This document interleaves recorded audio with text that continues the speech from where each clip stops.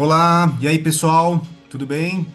Você está ouvindo o podcast Fatos Adaptados, uma produção da Corja Filmes, produtora audiovisual do ABC, um projeto realizado com recursos do Fundo de Cultura de Santo André. Eu sou André Gomes, seu host.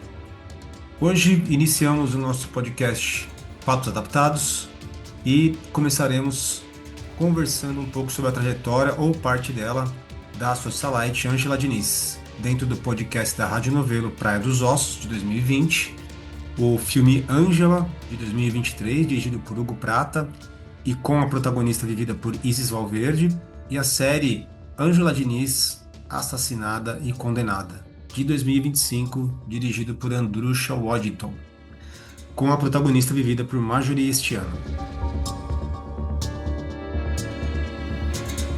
E hoje eu vou contar com a participação de convidados e convidadas. Vinícius Gomes. Oi, gente, boa noite, tudo bem? Como é que vocês estão? Sou o Vinícius, como o André falou, irmão dele, sou professor de história, historiador, né? Dou aula para o ensino fundamental e ensino médio. Luma Reis. Boa noite, pessoal. Sou Luma, sou produtora cultural e feliz de estar aqui comentando com vocês. Carolina Ferrarese.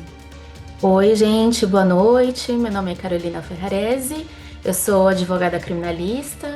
Antes disso, eu sou atriz também, sou feminista, acho que é importante dizer isso hoje, e sou uma aficionada por true crime como consumidora, mas eu também sou criminóloga, então eu uso essa desculpa para falar que é o meu objeto de pesquisa.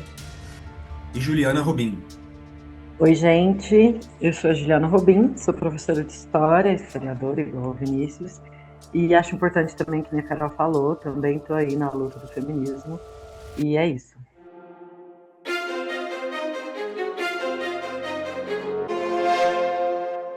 Como a gente já conversou um pouquinho antes da gente gravar, a gente começa a fazer uma sinopse dos filmes, séries, ou que a gente está abordando, mas dessa vez a gente vai falar de um tema, de uma pessoa mais especificamente, então seria legal a gente tentar falar um pouco dos fatos, um pouco antes, para contextualizar, e depois a gente parte um pouco para a abordagem das obras. E, Carol, você pode dar o contexto, resumir os acontecimentos que ocorreram ali por volta dos anos 70, 76, por favor? E vamos lá então, né? Eu vou falar um pouquinho da vida da Ângela Diniz e como que ela conheceu o Doca, né? A Ângela, então, ela nasceu em 1944, numa cidade ali em Minas Gerais, perto de Belo Horizonte, e ela é uma personagem que desde muito cedo, desde muito nova, ela era conhecida pela sua beleza. Então, quando a mãe dela preparou o baile de debutante dela ali com 15 anos, ela já tinha alguns pretendentes para se casarem ali com ela, né? E em alguns lugares eu encontrei que aos 17 anos ela se casou, e no podcast outra informação que ela teria se casado com 18 anos com o engenheiro Milton. Esqueci Vilas o Boas, outro. Carol. Milton Vilas Boas, isso, eu sou péssima com nome, gente, desculpa. Milton Vilas Boas. E eles ficaram casados 9 anos, tiveram 3 filhos, né? Quando ela foi se separar dele, eles chegaram ali num acordo de desquite, porque não existia divórcio naquela época. Então, nesse acordo, ele ficou com os 3 filhos e ela ganhou ali uma pensão e uma mansão em Belo Horizonte, tá? Depois disso, assim, a Ângela, ela é uma personagem que ela era muito livre, ela vivia ali como socialite, naquelas colunas sociais dos jornais, né? Hoje em dia a gente não tem mais isso, né? Esses jornais que faziam essas colunas que cobriam festas ali da alta sociedade, né? Das pessoas ricas ali da sociedade, tanto mineira quanto carioca. Então ela ficava entre Rio de Janeiro e Minas Gerais, né? Ali depois dela ter se separado, né? Ela foi viver em Copacabana e foi em uma dessas ocasiões que ela conheceu Ibrahim Suede, que era um colunista social. E ali com ele ela frequentou também algumas festas daquele meio. E foi nesse meio de festas que ela conheceu o Doc Street. Ela tinha um relacionamento com o Ibrahim na época, né? Mas ela não podia se casar por conta do desquite, você não pode se casar de novo. E o Doca, ele tinha um relacionamento com a Adelita Scarpa, né? Da famosa família Scarpa. E os dois, eles tiveram um relacionamento muito breve, não chegou nem a 4 meses. Mas ele foi marcado ali por muitos ciúmes e violência doméstica. Em uma dessas brigas, eles estavam numa casa em que eles estavam pensando em comprar para morar juntos, ali na Praia dos Ossos, no Rio de Janeiro. Ela pede para ele ir embora, né, da casa depois de uma dessas brigas marcadas por violência. E quando ele volta, existe ali o homicídio, né, o assassinato. Naquela época ainda não se falava em feminicídio, né? Isso foi um termo que foi começado a ser usado muito depois do julgamento. No primeiro julgamento, ele foi julgado em 1979. E foi um julgamento que foi o primeiro julgamento que foi televisionado, então ele foi muito coberto pela mídia, né? O advogado do Doca era o Evandro Lins e Silva, e ele era um advogado muito famoso, e esse advogado usou a tese da legítima defesa da honra. E isso vem de um histórico em que hoje em dia pode parecer absurdo, mas na época era muito comum, porque existia a figura da mulher honesta, né? A gente pode depois entrar nesse quesito aí de como a mulher era vista pela nossa sociedade, e isso refletia nos códigos da época, né?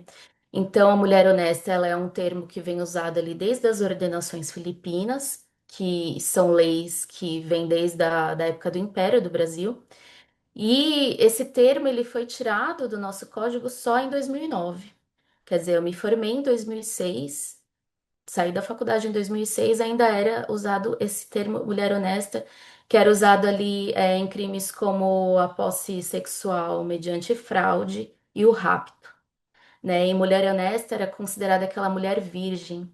Para a gente ter uma ideia, a prostituta, dentro do Código Penal, se o estupro era cometido contra uma prostituta, a pena do estuprador era menor do que se tivesse sido cometido contra a mulher honesta, né? Bem entre aspas. Então a gente vê que isso não é uma coisa apenas social, ela era refletida ali nas nossas leis. E a Ângela, ela não era vista como essa mulher honesta, né? Que seria a mulher que foi criada para se casar, ter filhos, cuidar do lar.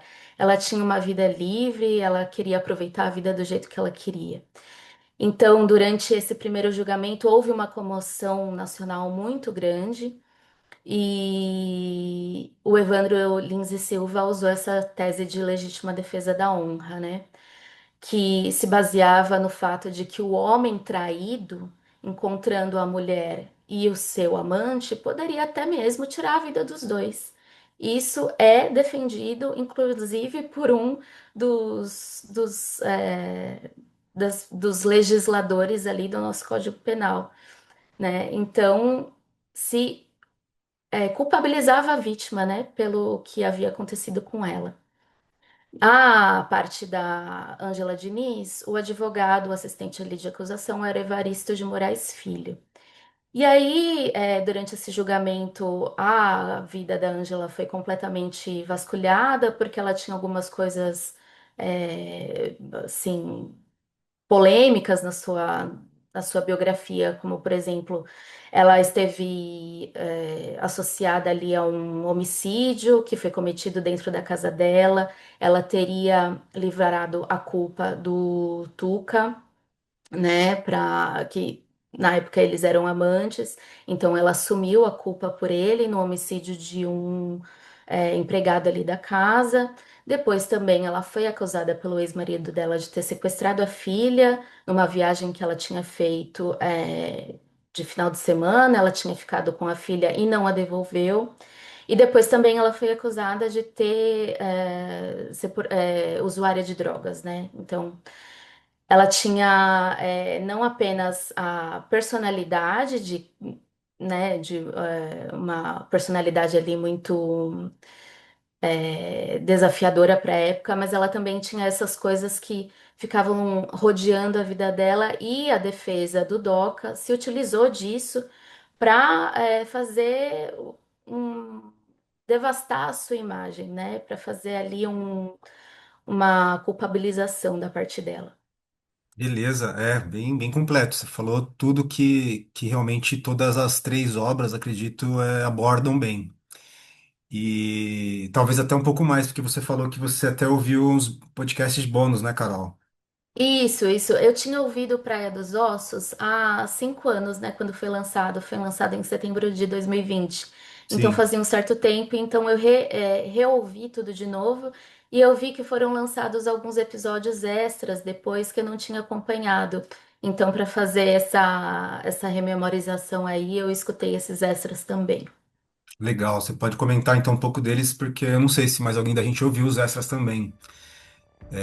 Mas assim, vamos fazer o seguinte: como são três obras, vamos costurar um pouco dentro do Praia dos Ossos, que é o mais completo. Ele realmente está falando de tudo, né? Basicamente. Ele, inclusive, volta no tempo para falar de antes do crime, ele não fica só no crime, diferente dos períodos que são retratados tanto na série quanto no filme.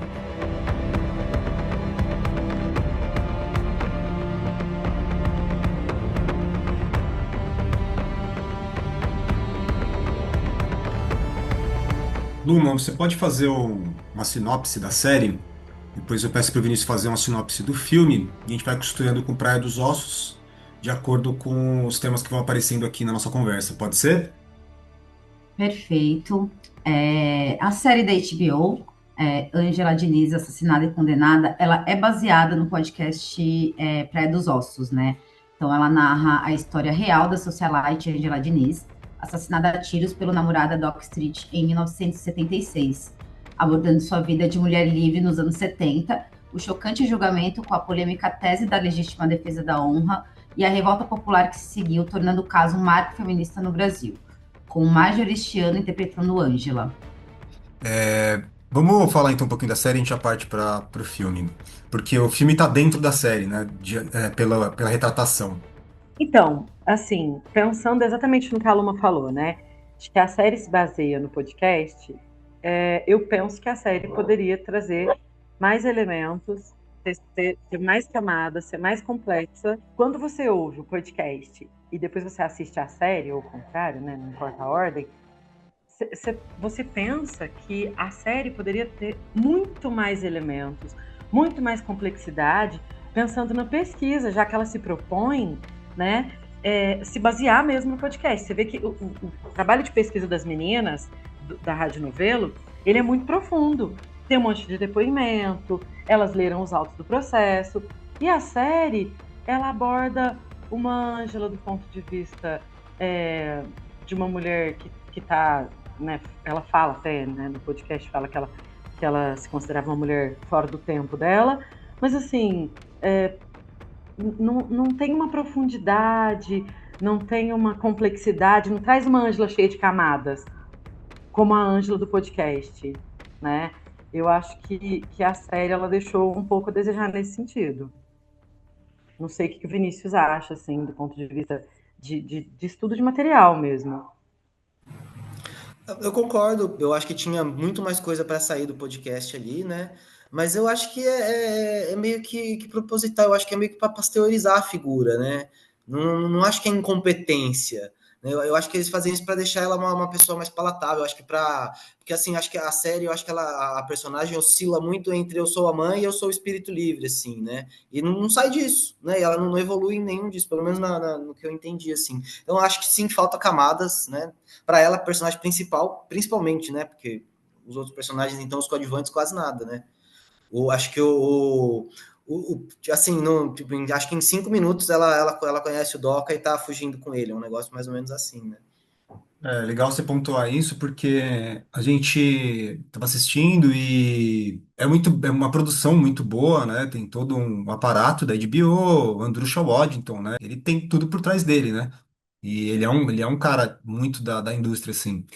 E é muito bem feito em termos técnicos, mas eu também acho que isso que faltou. Eu queria saber mais sobre ela, não fala muito sobre ela. Eu achei a Marjorie St. que é uma atriz muito boa, extremamente repetitiva no papel, ela parece sempre a mesma coisa. Desculpa, só fazer um comentário, porque assim, é um trejeito que ela tem, um negócio, toda hora ela levanta o braço, né? Ela fica, tudo que ela vai fazer, ela vai fazendo levantando o braço, parece que para se expandir, assim, né? Eu achei, nossa, ficou muito feio, assim. Para mim, primeiro, né, o podcast, ele é perfeito, assim, é um dos melhores podcasts que eu já ouvi, eu escuto bastante podcast, assim, a pesquisa da Branca e da Flora e Flora. Branca, é isso, né? Da Flora, Flora e a Isso. Branca.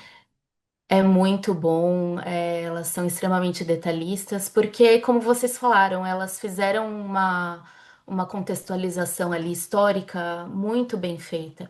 E nisso que você estava falando dela, né, tá sempre se esticando, eu acho que eu parei para escutar esses episódios ali extras, e aí eu entendi muitas escolhas da série, né? Porque quando elas fizeram o seriado já estavam vendidos, né, os direitos.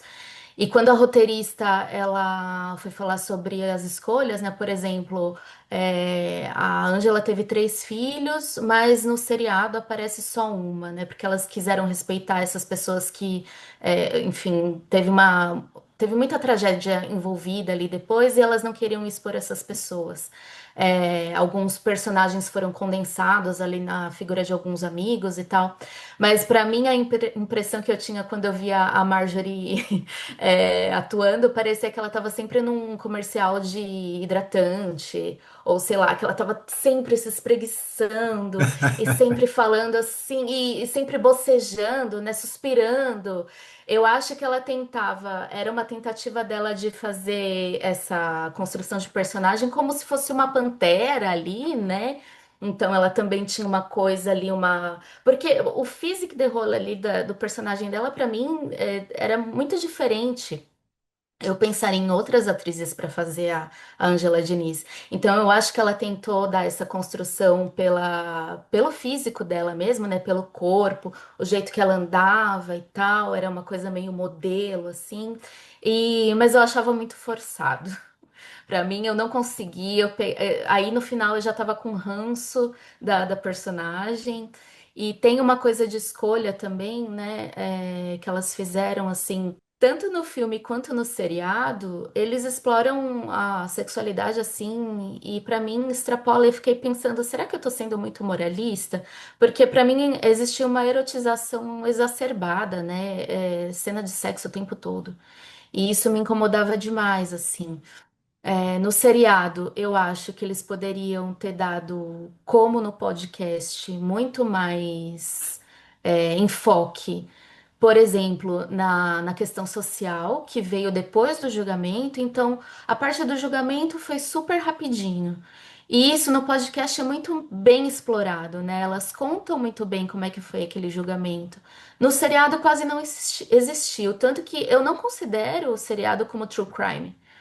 Pra mim, tá mais uma novela ali nos moldes da Globo, meio novelística, do que gênero true crime. Não sei se é porque o Andrucha tem é, eu acho que ele já fez bastante televisão, né? Não tenho certeza, mas pra mim ele é um nome conhecido ali da Globo. Mas eu acho que eles poderiam ter explorado mais esse lado, né, do feminismo, o que eu fui entender quando eu ouvi esse episódio extra com a roteirista. Ela Ah, fala nesse episódio extra que ela não é feminista. Eu interessante. achei uma contradição, eu falei, meu Deus, agora eu entendi tudo. Eu entendi tudo. Eu entendi desde das escolhas dele de como retratar essa história, falar muito mais dos relacionamentos que a Angela teve do que do resto. E entendi a construção do personagem também. E é engraçado porque, assim, gente, como é que você vai fazer, né? A história da Angela, ela só teve um impacto que ela teve por causa do feminismo, né? O feminismo é extremamente importante na história dela. Ela era uma mulher que não se considerava feminista, mas ela, por conta do feminismo, ela representava de uma maneira que ela nem tinha consciência, né, do que era ser uma mulher livre, porque ela era a personificação da mulher livre, e ela se beneficiou também, do movimento social que foi o feminismo na época, né? E como foi importante. Então, assim, para mim isso foi o maior erro do seriado, para mim foi esse. Primeiro eu assisti a série, e eu não tinha escutado Praia dos Ossos, né? Então, primeiro eu assisti a série, depois eu escutei o podcast. Eu até fiquei assim, nossa, surpreendida com quão raso é, né, o seriado, no sentido que ele me traz. Mas me parece que é um seriado sobre a tentativa de construir esse mito Angela Diniz. E não, na verdade, o que significa esse crime e principalmente os dois julgamentos, assim, eu fiquei depois que eu fui entendendo, escutando podcast e essa história foi se desenrolando, o quanto se sente falta porque houveram dois julgamentos, assim, é um episódio com o primeiro julgamento e depois resolvido num texto, né? E sendo que acho que o impacto cultural da Angela Diniz, óbvio, né? Tem toda essa questão dessa personagem, desse mito, que eu acho que eles ficaram apenas nesse lugar. Eu não assisti o filme, não consegui, não deu tempo, mas eu imagino que também tem uma camada mais nesse lugar da história da liberdade, enfim, desse mito dessa mulher, dessa pantera, né? E de trazer isso à tona. E fica de fora todo o contexto social, tudo que impactou ali dentro da sociedade brasileira, né? Esses dois julgamentos. Então fica uma lacuna muito, muito imensa, né? Então acho que para quem só assiste a série, eu acho que não compreende a dimensão dessa história e o impacto que ela teve na dimensão, seja ali dentro do. Acho que nisso a Carol pode até contar para a gente melhor.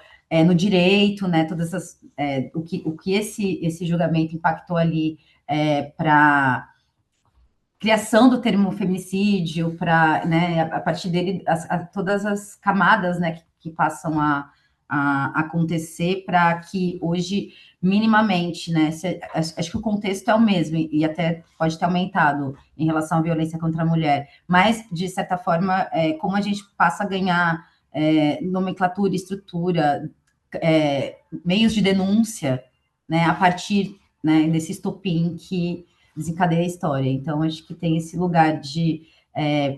Para quem não vai lá pesquisar depois, para quem não vai escutar, não vai ler, escutar o podcast ou ler a história, fica uma grande lacuna, né?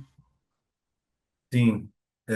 E aí, aproveitando, então, que você mencionou isso, porque a gente não falou ainda direito do filme, mas como ele está dentro da série, a série aborda alguns anos antes, alguns anos depois, vai e volta, né? Ela tem uma não linearidade dentro da narrativa de cada episódio, e o filme não. O filme ele é meio que, embora tenha idas e vindas, ele meio que retrata mais ou menos quando ela conheceu o Doca até ela ser morta pelo Doca, né, até ela ser assassinada por ele.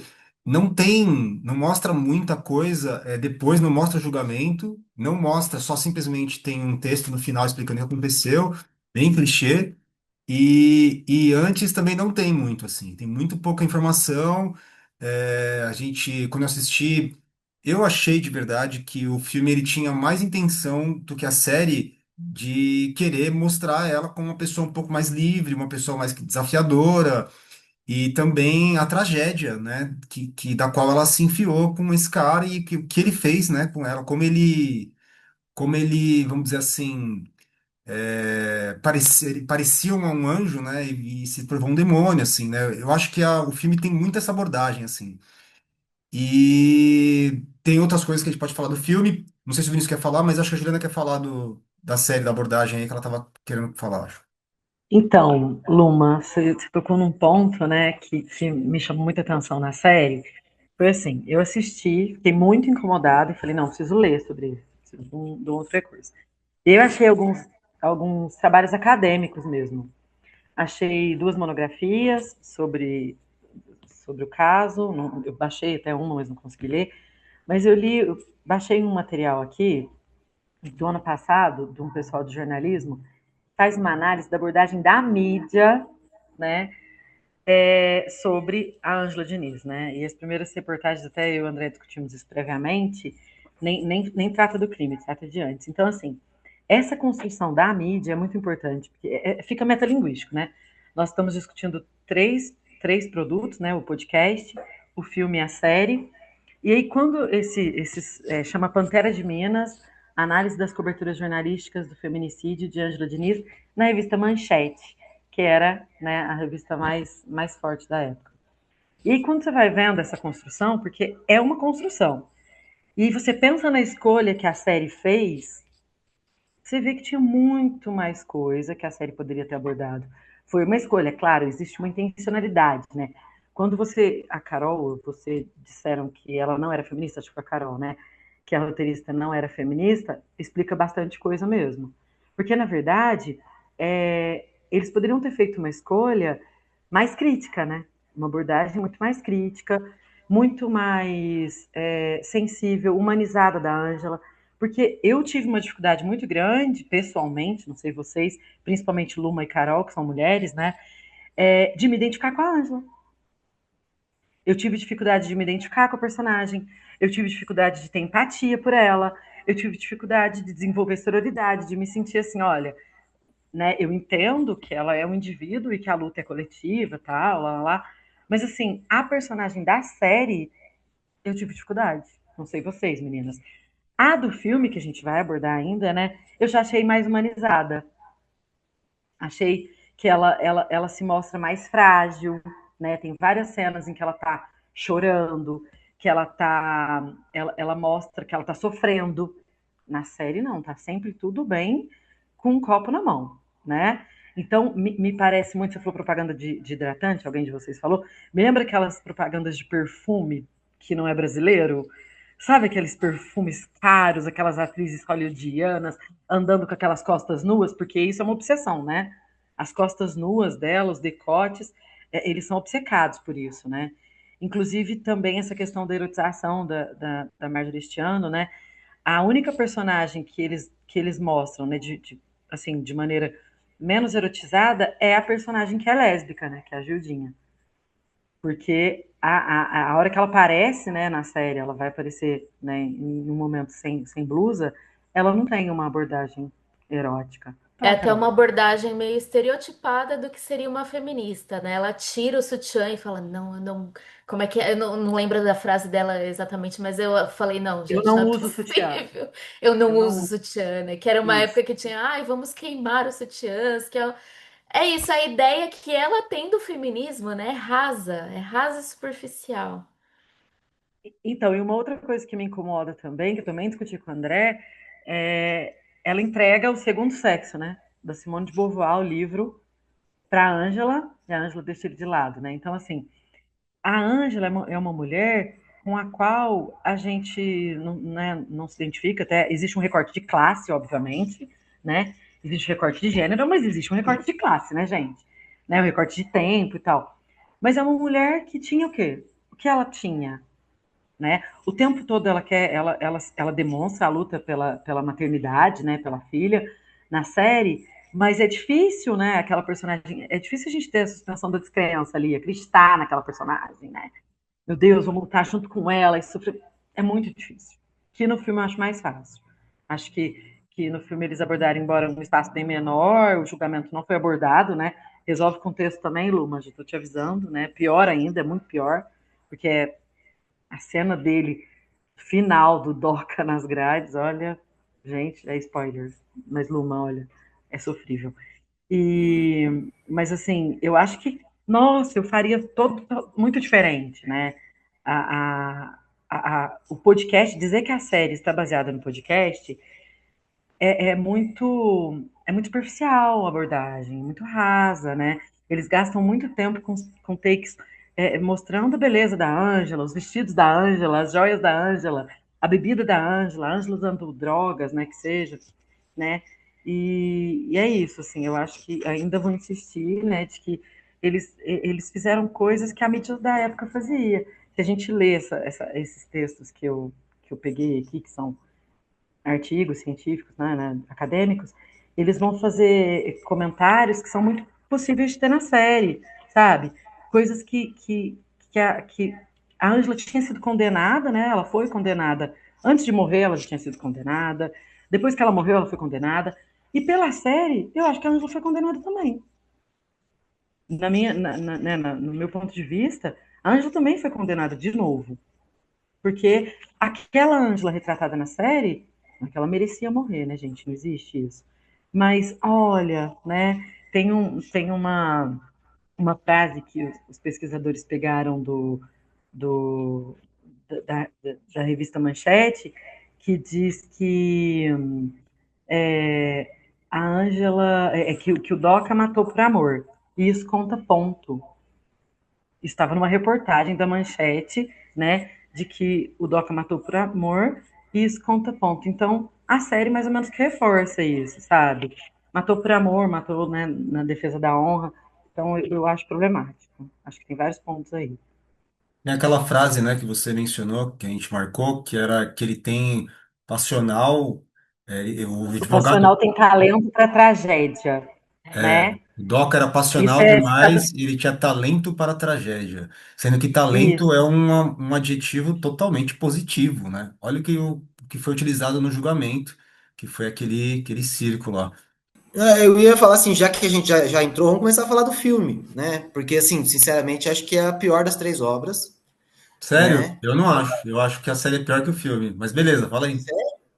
Não, então, porque assim, o filme ele vai retratar assim o momento exato que nem você falou, assim, a partir do momento em que eles se conhecem, né, um pouquinho antes ali, e como é que foi meio que uma paixão arrebatadora, né? Eu acho que o filme é muito mais um filme de relacionamento e tragédia no final, né? Mal construída também, porque assim, do nada ele aparece lá com uma arma, não tem uma justificativa para nada, assim, exatamente, parece um final de novela, assim, ele vai, aí ele volta e aí acabou, né?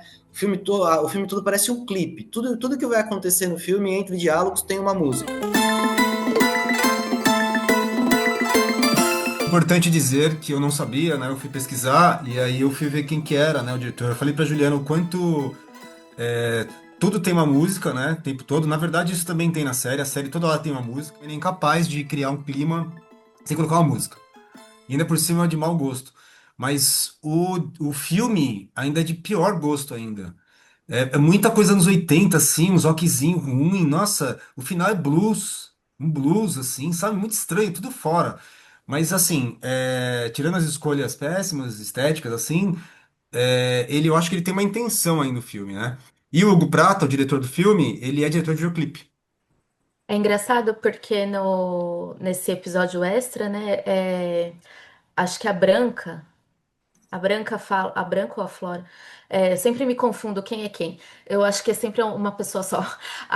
Uma delas, né, das hosts ali do podcast, elas falam: olha, às vezes me parecia no seriado que a culpa da Angela ter se afundado nas drogas ali, no álcool principalmente, era porque ela não conseguia a guarda da filha dela.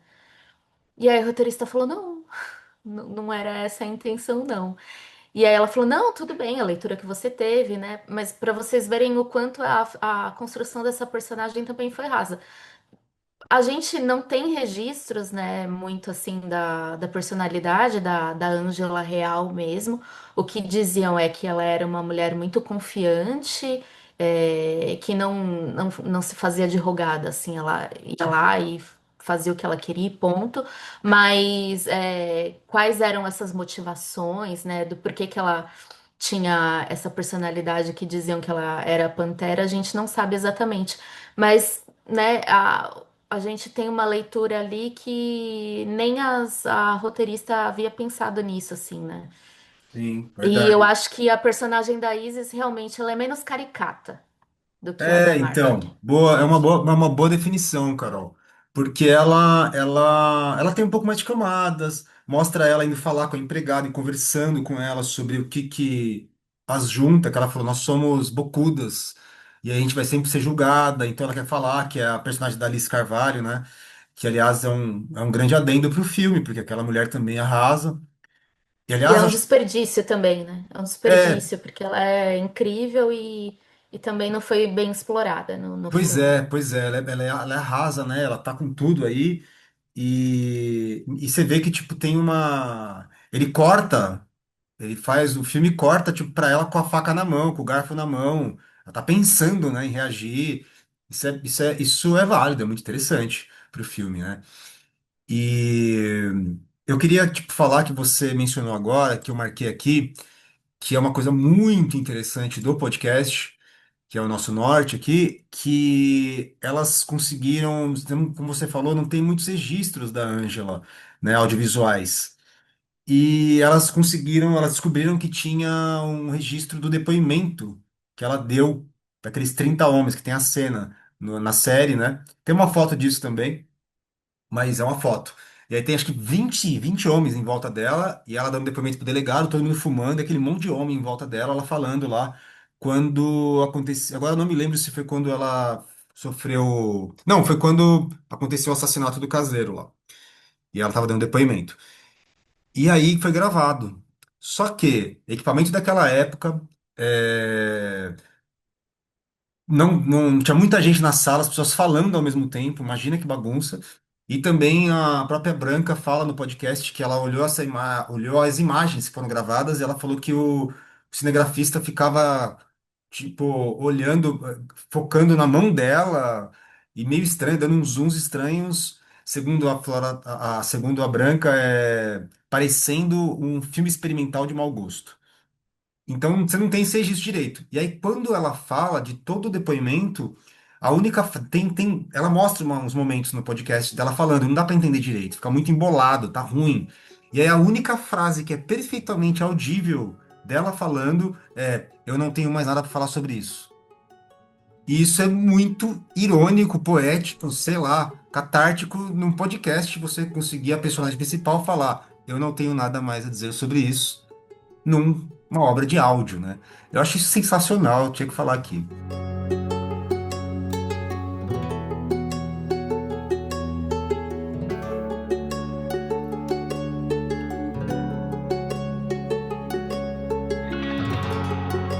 Os últimos dois episódios, que chama Angela e o outro Doca, eles fazem um apanhado da vida dos dois pregressa, antes deles se conhecerem, durante e depois, falando bastante com pessoas que conheceram ambos. E um dos repórteres mais famosos lá, eu não vou lembrar o nome dele agora, ele disse que não é que a Ângela era simplesmente bonita, ela tinha aquele negócio a mais. Ela era uma pessoa que te chamava, não tinha como, ela tinha aquele que a mais. Ele fala bastante, ele descreve o corpo dela e tal, mas ele fala, tudo isso era uma coisa, mas ela tinha outra coisa ainda, que ameaçava outras mulheres, ele diz. Né? E ele falou que ela fazia toda a questão disso mesmo. Né? Ele fala, meu, ela tinha esse que a mais, ela sabia. E eu acho interessante também que o podcast também cita que a mãe dela tem bastante nessa construção, né? Que você até mencionou, Carol, que na vida dela, ela desde muito jovem já foi meio que moldada para ser isso lá no final dos anos 60 para os anos 70. Eu não sei se isso também não é uma visão de um homem, né, falando sobre uma mulher, porque ali no seriado eu acho que no filme, óbvio, muito menos, mas no seriado eu acho que ela até existe ali uma tentativa de construção, porque eu acho que ela se dá bem com as amigas dela, sabe? E no podcast eu escutei que ela era uma pessoa muito generosa, era aquele tipo de pessoa que você pode ligar às 2 da manhã que ela vai te ajudar, sabe? Eu entendo que isso também é um contexto social que naquela época estimulava ainda mais essa competição entre mulheres, mas a gente vê assim uma pincelada no seriado. Eu acho que também não está muito bem explorado como que ela se relacionava com as amigas, né? A, a própria empregada ali que ficou na casa da Praia dos Ossos, ela no podcast eu lembro que ela fala que ela não queria trabalhar para Ângela porque ela achou ela nariz em pé, né? Então eu acho que era meio dicotômico assim a visão dela. Acho que ela era muito sedutora para os homens e para as mulheres, para as que ultrapassavam esse preconceito, ela conseguia ser uma boa amiga ali, sabe? Então, no filme, Carol, ela é mais sozinha, né? Na série, aborda ela com algumas amigas, né? Tem aquele. Eu acho que é super importante também a gente falar daquele assassinato, né? Que é uma coisa que aconteceu, de uma amiga dela, que também pediu desquite. que é abordado, que no podcast é citado, na série mostra, mas no filme não, por causa da questão do recorte temporal, né? Mas ela tem uma amiga no filme. Na série ela tem algumas, né? E essa questão Vinícius, eu discordo de você e concordo com o André, né? Eu acho que o filme, mesmo sendo um recorte menor, ele faz mais pela Ângela do que a série, né? Embora o final tenha sido realmente, gente do céu, o que foi aquele final do filme, né? Mas ele traz, por exemplo, o filme, ele traz uma Ângela mais sozinha, né? Uma Ângela que ela tá se sentindo sozinha, ela tem consciência de uma solidão dela, né? Inclusive, tem uma cena que eu acho muito forte, aquela cena da praia com o Doca, né? Que eles discutem, ela pede para ele ir embora da prisão, né? E aí essas cenas em que ela se coloca muito de peito aberto, né, no filme. Eu acho que na série ela faz mais a Pantera mesmo, né? Acho que a série poderia chamar Ângela Diniz Pantera, assim, né? Não condenada e assassinada, acho que é condenada por nós, de novo, né? Sei lá. Mas essa questão quando a gente pensa na Ângela Diniz como mulher, como indivíduo, é um pensamento. Quando a gente pensa na Ângela Diniz como mulher, e a gente pensa no gênero, né, na questão do gênero, na questão do feminismo, né, a gente pensa que a gente está falando de várias Ângelas, de várias mulheres, né? Inclusive, nesse material que eu estava lendo, até fala da exploração, de como são explorados esses feminicídios, né? Que hoje a gente tem que tomar cuidado para não cair no anacronismo, né? Carol falou que não era usado o termo feminicídio, mas quando a gente pensa numa Elisa Samúdio, como foi abordado, numa Eloá, como foi abordado, né? Como que a mídia vê esses assassinatos dessas mulheres, né? E, e a Ângela, como foi visto e como é visto ainda, né? Se a gente perguntar para as pessoas mais velhas, como elas lembram da Ângela, elas sabem quem foi a Ângela, porque me parece que o nome do Doca Street ficou mais forte que o dela, né? Me parece que o nome dele, do assassino, né? Do assassino confesso, que é muito importante a gente falar disso, porque ele é um assassino confesso, não existe dúvida de que foi ele que matou, embora no podcast ainda tenha essa fala, né, de que daqui a pouco vão dizer que a Ângela matou o Doca, né, que ele é a vítima. Mas é um assassino confesso, e mesmo assim, como essa mulher foi condenada pela mídia da época, ainda hoje, né, então, sei lá, acho que... Interessante falar que ele, que além do circo que foi feito no julgamento, tinha muita gente apoiando ele, a ponto de haver, que é o que eu anotei aqui, que tinha até mesmo sanduíche com o nome dele e um drink com 4 balinhas, chamado Doc Street. A Ju estava citando esses outros casos da Eloá, da Elisa Samúdio, teve a Daniela Pérez também, né? Eu acho que a gente, desde a da Angela Diniz, isso era considerado briga de casal e era até normal de acontecer e a sociedade ela foi evoluindo assim a passos lentos, mas muito lentos. Tanto que depois de muito tempo, né, foi se pensar nessa questão de legítima defesa da honra. Foi só em 2023 que o STF resolveu que era inconstitucional e que essa tese não poderia ser mais utilizada. Mas antes disso, a gente teve algumas coisas que na legislação que elas foram mudadas, porque tá, a gente não via mais essa tese sendo usada até 2023. Só que dentro dali do artigo do homicídio existia o homicídio privilegiado, que é quando ocorre quando o autor é injustamente provocado pela vítima. Então, ele está ali tomado de emoção e ele é após ter sido injustamente provocado pela vítima. E aí existe essa mesma utilização. Então, a tese da legítima defesa da honra, ela foi dissolvida, assim, nessas pequenas teses que foram ali sendo utilizadas pela defesa de uma forma muito sutil para ainda dar uma certa diminuir a pena do réu, né? Então, quando vem a lei do feminicídio em 2015, isso acaba.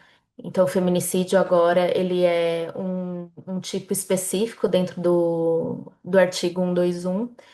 E aí você tem, né, quando se considera o feminicídio quando motivado por motivos pela condição do gênero feminino, né? Então eu acho que essa tese caiu de vez aí. A gente tem também a utilização da Lei Mariana Ferrer, que foi, acho que 2017 ou 19, não, eu não me lembro agora, que é quando e aí é mais dirigida a vítimas de agressão sexual, né? Mas também teve um caso emblemático ali que o advogado explorou a vida sexual da vítima para desaboná-la. E a gente vê que Carol, teve. Oi, só um adendo. Fui pesquisar aqui 2021, o que é pior ainda, né? É posterior. 2000, mais A Lei recente Mariana ainda. Ferrer é 2021. Só isso. Mais recente ainda. Então a gente vê que a todo momento a gente precisa fazer essa especificação, porque senão a gente cai no mesmo lugar. Isso diminuíram os casos de violência contra a mulher? Não. Isso diminuíram as taxas de feminicídio? Não. Só aumentou a punição, né? Mas a violência ela ainda existe, tanto quanto antes, porque uma coisa a gente fala também da nossa bolha, né? Eu tô numa bolha em que isso é discutido e a violência contra a mulher é muito falada, mas existem lugares em que as pessoas ainda acreditam que se o homem ali estava doido de ciúme, ele perdeu a cabeça. Um homem tão, como o próprio advogado do Doca falava, né? Um rapagão, né? Um homem bom, um cidadão de bem, muito bem visto pela família, trabalhador, É um né? A gente mancebo, tem ainda mancebo. mancebo, mancebo.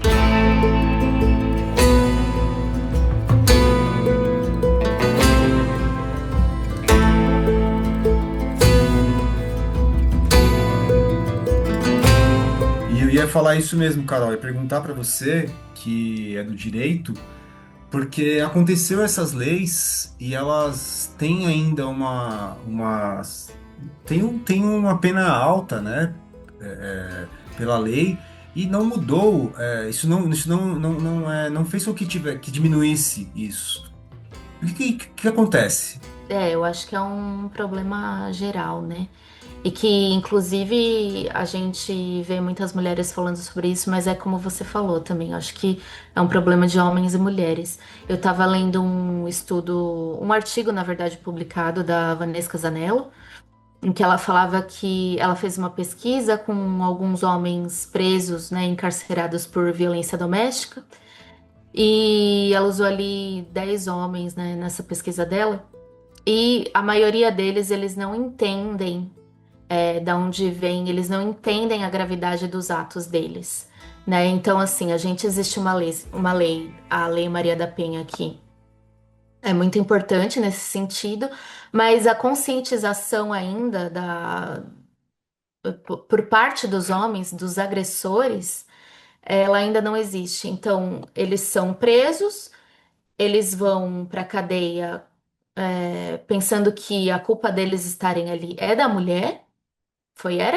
Foram elas que causaram esse sofrimento a eles. A maioria deles não se. A minoria mesmo, assim, se considera inocente, né? Tudo é justificável. Os que acreditam que realmente fizeram aquilo, eles justificam, né? Que eu era assim, mas ela também era desse jeito. Eu fiz isso, mas ela também me provocou. Então a gente vê que a punição ela não basta. A gente precisava de talvez uma política pública de grupos de masculinidade para conversar sobre masculinidade tóxica, né, violência, porque eles não enxergam às vezes que a violência ela não é só física. A violência física ela é o último grau da violência, né? Ela começa muito antes. Ela começa com ciúmes, com a proibição de ir em certos lugares, de usar certas roupas, depois de ameaçar, né? Tem a violência patrimonial, a violência psicológica, a violência que eles usam com os filhos, né, para chantagear a mulher. Então, quando existe a violência física, ela já está ali nos últimos passos de se tornar algo muito mais sério, muito mais grave. Então, assim, além disso, eu também sou abolicionista, né? Então, eu acredito que prisão não serve para nada nunca, mas nesse caso serve ainda menos. E alguns desses homens que cometeram violência, eles nem. Eles sabem da existência da Lei Maria da Penha, mas eles não sabem muito bem do que se trata. Então, eles acham ela importante, mas eles não se consideram parte do problema. Existe um distanciamento ali. Eles acham que eles não são os objetos ali daquela lei, do que a lei trata, que eles não são os agressores, que eles são pai de família, que eles são trabalhadores, né? Obviamente, né? Concordo com tudo. Eu queria só resgatar o negócio do filme, né? Que eu acho assim, o filme ele fica meio que desinteressante, porque né, é esse filme de relacionamento que você vê desde o começo que tá fadado à desgraça. Né? Então, assim, o que me irritou no filme foi isso, que você fica só o filme inteiro esperando ele acontecer o negócio todo, né? Você quase não entende, assim, isso que me deixou meio mais descontente com o filme do que com a série. Aliás, outra coisa, né? O filme parece que eles passam alguns meses na praia, né? Parece que eles ficam um tempo lá, né? Porque ele fica sem trabalhar, fica sem dinheiro, não sei o quê. Então, acho que isso arrasta ele, assim. Né? Mas outra coisa que eu queria comentar também, né? Quando a Juliana falou que o nome do Doca ficou mais famoso, né? E o mais incrível, né? Aí eu fui pesquisar, eu fui perguntar para minha mãe. Falei, mãe, né? Minha mãe fazia de 70 anos, né? Falei, mãe, você lembra? Né, ela falou assim, não lembro, né? Tragédia, não sei o quê. Mas como é que era o nome do cara mesmo? Ela não lembrou do nome do rapaz. Isso eu acho muito digno de nota, assim, porque ela lembrou da tragédia e tudo mais, não sei o quê, mas do nome do cara, não. Continuei, né? Fui perguntar na escola outro dia, né? Acho que foi ontem, antes de ontem também, meus colegas de trabalho. Um ou outro que é mais velho do que eu, a maioria, todo mundo é mais novo e tudo mais quase não lembra da tragédia. Sabe que foi uma tragédia, né? A mulher foi assassinada, assim, mas assim, você tem que relembrar o fato caso a caso, assim, aquela que, tipo, tomou 4 tiros na cabeça. Né? Aí você, nossa, que tragédia, aí você precisa dar uma contada assim. Então, assim, acho que é meio que, não sei, é só uma impressão minha, assim, né, de ver nisso. O nome dela meio que descolou dessa luta feminista pelos direitos, assim. Né? Eu não vejo mais ela sendo essa representante que possa ter sido em outro momento. Né? Porque toda essa representação de mídia que a gente estava comentando aqui é muito uma questão da representação da alta sociedade brasileira, né? Mineira, paulista, carioca, em diversas instâncias. E esses caras todos, né, todos, homens e mulheres, eles são todos resquícios da família da República do Café com Leite. Ou seja, eles são coronéis, né? Eles são armamentistas. O Doca mesmo, né? Foi fazer safari lá, ficou um tempão trabalhando lá. Então, assim, Vinícius, gosta posso dele. só fazer um comentáriozinho muito Claro, pequeno sobre claro. isso que você falou dos homens, né, sudestinos, né? Mas você falou homem mineiro. Tem uma fala de uma das pessoas que está depondo no podcast, que quando ela fala sobre o assassinato da amiga da Ângela que pediu desquite, que eu não me lembro agora o nome, Jo, acho que é. E aí ela fala, aquilo ia dar errado quando ela se desquitou e manteve relações com o ex, né, amistosas e tal. E aí ela fala, não, tá tudo bem. Aí ela diz uma coisa mais ou menos assim, e homem mineiro muda? Meu, né? Só para pontuar. Homem mineiro muda? Aí eu vou dizer para vocês. E homem, né, desse tipo muda, meu Deus do céu. Só concluindo assim, né, amarrando tudo assim, o chegar e dar um tiro na pessoa, ou 4 tiros, ou quantos forem, é o jeito que eles sabem dar uma resposta, né, eles estão sendo desafiados, né, eles estão, a masculinidade deles, né, essa merda que essa honra que eles estão falando tudo aí, vai desafiado, eles não sabem como reagir, e aí a violência é a reação, né, é só isso para concluir o meu raciocínio. Só para contrapor aí um pouquinho, eu falei com meu pai, que tem 72 anos, ele é mineiro, e eu falei do podcast e tudo mais, e ele falou assim, nossa, essa história me marcou muito, porque na época não tinha nem TV, nem nada, mas isso não parava de tocar no rádio, só se falava disso. Então, ele tem uma outra lembrança e é muito marcante, acho que talvez também por essa questão territorial mesmo, né, regional, de como era retratado especificamente em Minas, né? Então, isso foi uma coisa que marcou, e também a Ju tinha comentado lá atrás, né? E você deu essa contextualização também sobre quem são esses personagens, né? E eu acho que é isso que também um pouco, talvez, nos distancia um pouco dessa história, né? Porque essa questão do recorte de classe também, acho que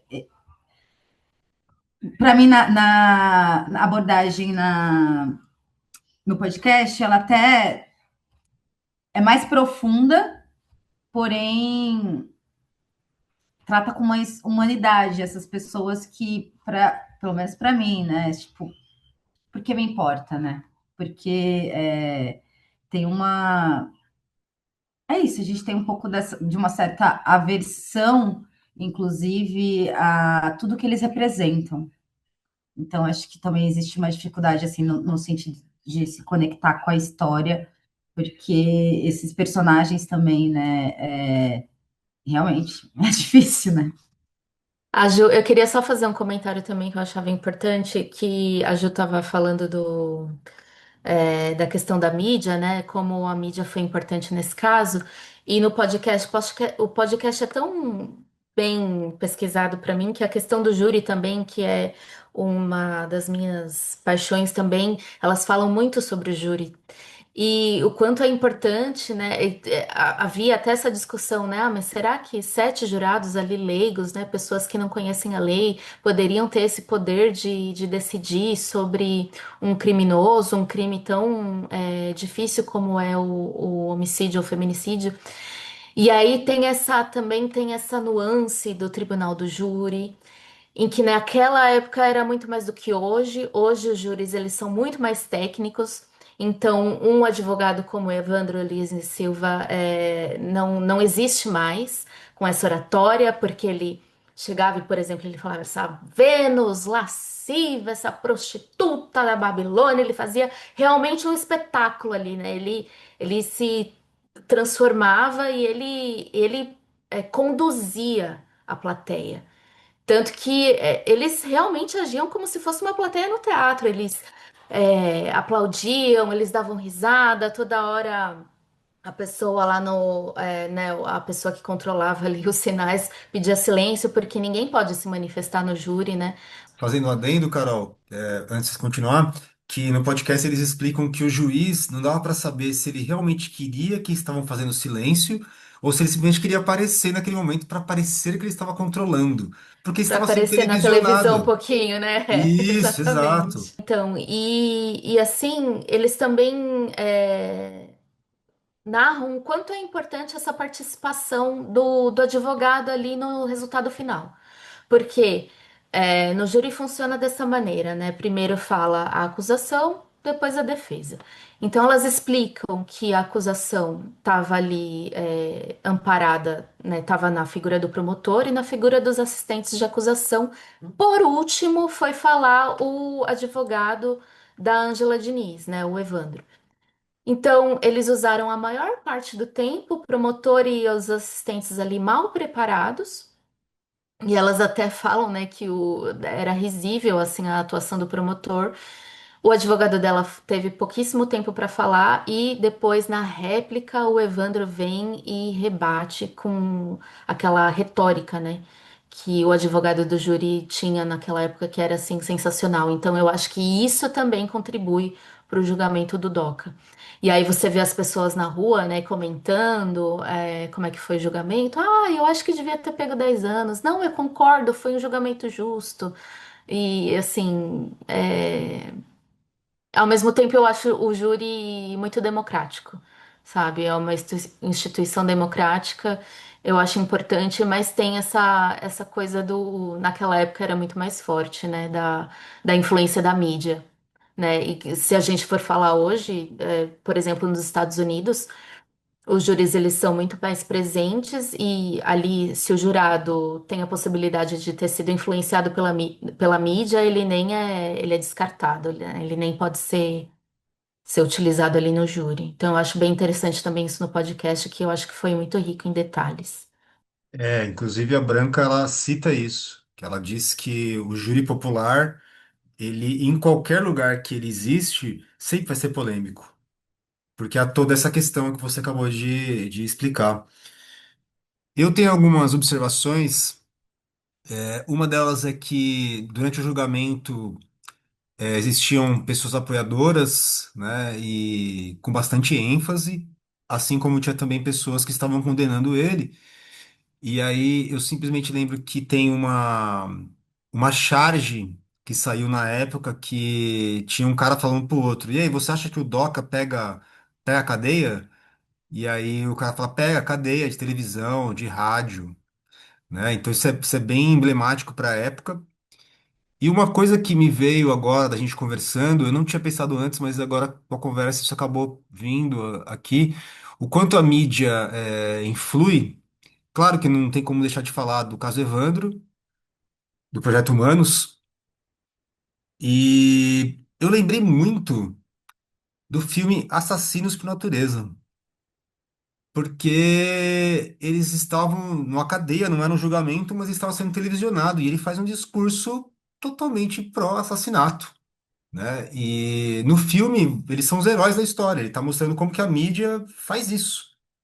Então, não é que é isso, tá? Mas eu lembrei o quanto que a mídia influi dentro do julgamento das pessoas, e principalmente de pessoas incautas, né? Pessoas que não sabem da história pelo completa, e enfim, foi isso que eu remeti agora.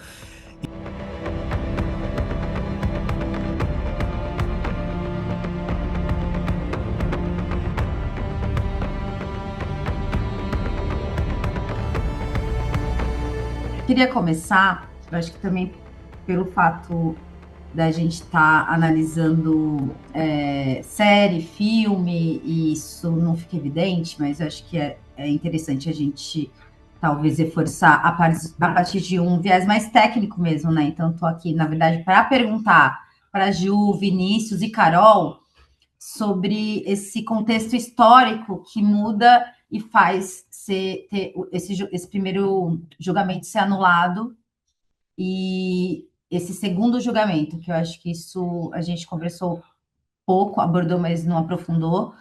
E aí eu acho que o que é interessante também, né, que tem a ver com a temática do podcast, é isso, assim, de que vocês contassem, explicassem para a gente um pouco desse contexto histórico que faz com que esse primeiro julgamento seja anulado e essa mudança aí de perspectiva para o segundo julgamento. Na verdade, eu acho que eu falei bem rapidinho sobre isso no começo, né? Porque o que aconteceu foram uma série de feminicídios que aconteceram naquela mesma época. Não foi exatamente o da Ângela que fez essa propulsão desses casos ganharem tanta notoriedade. Foi a junção de todos eles. Então, eu não vou me lembrar, eu realmente sou muito ruim com nomes, eu não vou me lembrar, mas eu sei que houve dois outros feminicídios ali naquela mesma época. E isso fez com que o movimento feminista cobrasse mais das autoridades um rigor maior, né? Da punição dos assassinos dessas mulheres. E, e eu acho que também, de novo, a mídia foi muito importante porque o Quem Ama Não Mata virou um seriado na Globo. É, teve ali a questão da Malu Mulher, né? Que era aquele seriado feito pela Regina Duarte, que foi naquela mesma época. Então tava ali fervilhando, né? Não era exatamente o movimento feminista, não era nem chamado de movimento feminista, era o movimento das mulheres. As meninas lá no podcast, elas falam que o Quem Ama Não Mata. Quando elas foram acampar lá no tribunal, eram 50 mulheres, então não eram nem muita gente, era muito pulverizado, mas eu acho que isso começou a ganhar força junto com algumas coisas que aconteceram também ali na Globo, né? Que estava muito. Era um tema que tava em alta, né? Então, a Carol também tinha falado no primeiro momento, né, da questão da volta dos exilados, né? A partir de 79, né, a gente tem a lei da anistia lá no Brasil, aqui no Brasil, né? E voltam muita gente, né? Muitas pessoas estudadas que estavam exilados em outros países e tudo mais. Então, eles voltam com novas ideias, né? Dá vamos dizer assim, começa de novo, né? Começa a fervilhar mais essas ideias. Então, a redemocratização do Brasil, que também permite, obviamente, a maior circulação de ideias, também ajuda nisso, né? Na fomentação do movimento. Para terminar aqui o meu comentário final também, acho que a série e o filme perdem a oportunidade de aprofundar exatamente essa a questão da sociedade de classes, né? Como é tratada essas coisas, como eles tratam os assassinatos e as idas e vindas deles, né? Até tem uma coisa que eu acho legal de falar, que no podcast tem várias participações da Mari Del Priori, né?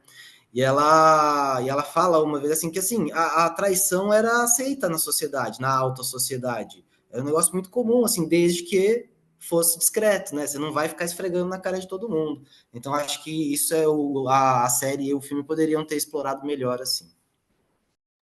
Eu concordo com o Vinícius. Isso sobre a Mari Del Priore, adoro ela. Falei dela esses dias para o André, inclusive. Tem algumas coisas muito interessantes que ela traz, né? E no podcast ela traz. E eu acho que a gente, assim, minha opinião, né? Finalizando, a série e o filme perdem muito mesmo por não terem usado tantas informações, né? Que são verídicas, que foram confrontadas, que foram realmente checadas, né? Eu acho que é muito importante isso sobre o acontecimento em si. E uma coisa que eu queria finalizar, né, também dizer que eu gostaria muito de ter visto o Doca ter sido abordado como o algoz, né, e não como a vítima, né, porque assim, era um homem de 42 anos, né, que assumiu, né, ele foi um réu confesso, e ela era uma mulher de 32 anos, mas né, gostaria muito que a série e o filme tivessem, principalmente a série, tivesse abordado mais essa questão do Doca como algoz e não da Ângela, que foi uma vítima o tempo todo, ter sido passível de discussão por causa do caráter, por causa das ações dela, né, que são discutíveis. E só para finalizar também, uma coisa que o André disse, ele disse para a Luma, eu acho, no início do podcast, dizendo, eu gostei mais do filme porque o filme tem mais intenção, tem uma melhor intenção. Eu não acho que o filme tem uma melhor intenção. Eu acho que, como, né, já que a gente está analisando isso, pensando como historiador, né, o Vinícius vai pensar junto comigo aí, não é que ele não tem uma intenção, a série, é que ela tem uma intenção diferente da que a gente espera. Ela tem uma intenção que não é a nossa, não é a mesma que a nossa, mas ela tem uma intenção, seja lá qual for ela. Né? Quando o André diz que o filme tem uma intenção melhor de retratar. Não, a série também tem uma intenção. Né? Talvez de ganhar dinheiro, explorando esse crime, né? Talvez fazer uma novela em cima de uma. Porque é uma novela, né, gente? Uma mini novela. Então, eu só queria pontuar isso, que existe uma intencionalidade. Sempre existe, né? Não existe nada que seja feito sem intenção, mas é uma intenção diferente da que a gente esperava, considerando o que a gente conhece sobre o assunto, o que a gente pesquisou sobre o assunto. É isso.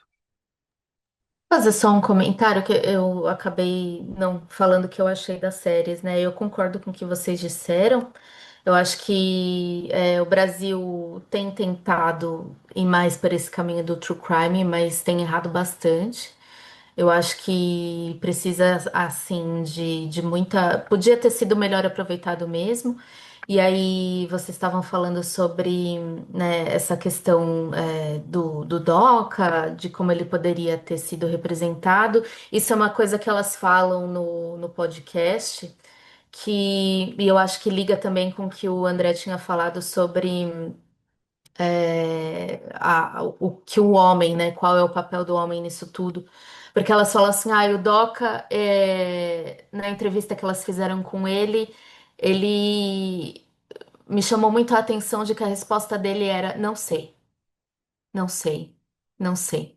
E isso para mim fala muito do que o homem, de como o homem não tem essa consciência do que ele sente, então ele não lida com as emoções, ele não lida com os sentimentos e ele não tem essa consciência do que ele fez. Então até hoje, né, ele morreu e ele morreu sem saber as consequências dos atos dele e como ele estava ali naquilo tudo, qual era a posição dele né, como sujeito ativo, uma pessoa que pensa, uma pessoa que sente, uma pessoa que reage e age também, né, porque ele não reagiu, ele agiu, ele não estava em legítima defesa da honra, ele foi um homicida de uma mulher. Então, eu acho que isso sintetiza muito do que representa a nossa sociedade brasileira, né, atual, assim, e qual é o papel dos homens nisso tudo. E eu acho que faltou isso. No podcast foi muito bem explorado, e na série pouco, e no filme menos ainda. E, Carol, até mostra muito no podcast, não só o fato dele não, esse não ser, não ter a consciência ou não ter esse peso, mas o que é totalmente chocante é a admiração de outros homens. O que tem a foto no porta-retrato da sala é aquele amigo caçador que admira e que vê esse homem como uma grande referência, né? E acho que isso que é o mais chocante. Acho que mesmo o que me parece assim, o cara comete um crime hediondo e ainda assim é passível de admiração para uma grande parcela, né? Então acho que dá muito essa sensação de impotência, né? Então é muito foda isso. Acho que isso é uma coisa que no podcast me deixou muito puta. Assim, nossa, esse cara ainda é muito admirado, assim, porque é uma coisa a gente pensar, nem há tanto tempo atrás, né, nos anos 70, mas uma coisa é a gente pensar ali na a sociedade daquela época legitimando a questão da defesa da honra, mas a gente está falando de hoje, essas entrevistas são de 2019, né? Agora. Isso é muito chocante. Não à toa, importante ressaltar que o podcast é feito por duas mulheres e os dois filmes são dirigidos, o filme e a série são dirigidos por homens.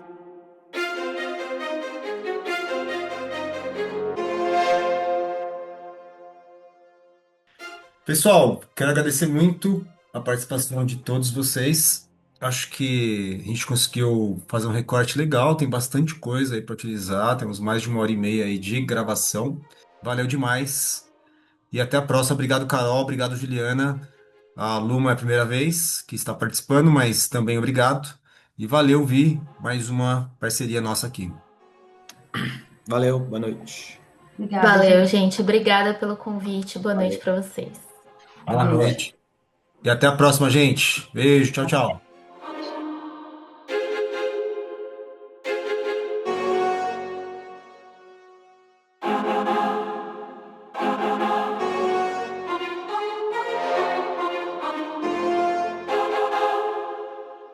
Ficha técnica do episódio. Pauta e pesquisa: Felipe de Amorim e André Gomes. Roteiro: Felipe de Amorim, Vinícius Gomes e André Gomes. Historiador: Vinícius Gomes. Convidada: historiadora Juliana Robin. Convidada: advogada criminalista Carolina Ferrarese. Convidados: Corja Filmes, Luma Reis. Designer: Márcio Zolandi. Edição e finalização: André Gomes. Produção: Luma Reis, Aline Pegorim, André Gomes. Comunicação e assessoria de imprensa: Kelly Reis. Esse é o podcast Fatos Adaptados, uma produção da Corja Filmes, produtora audiovisual do ABC, em um projeto realizado com recursos do Fundo de Cultura de Santo André. Eu sou o André Gomes, seu host, e até a próxima.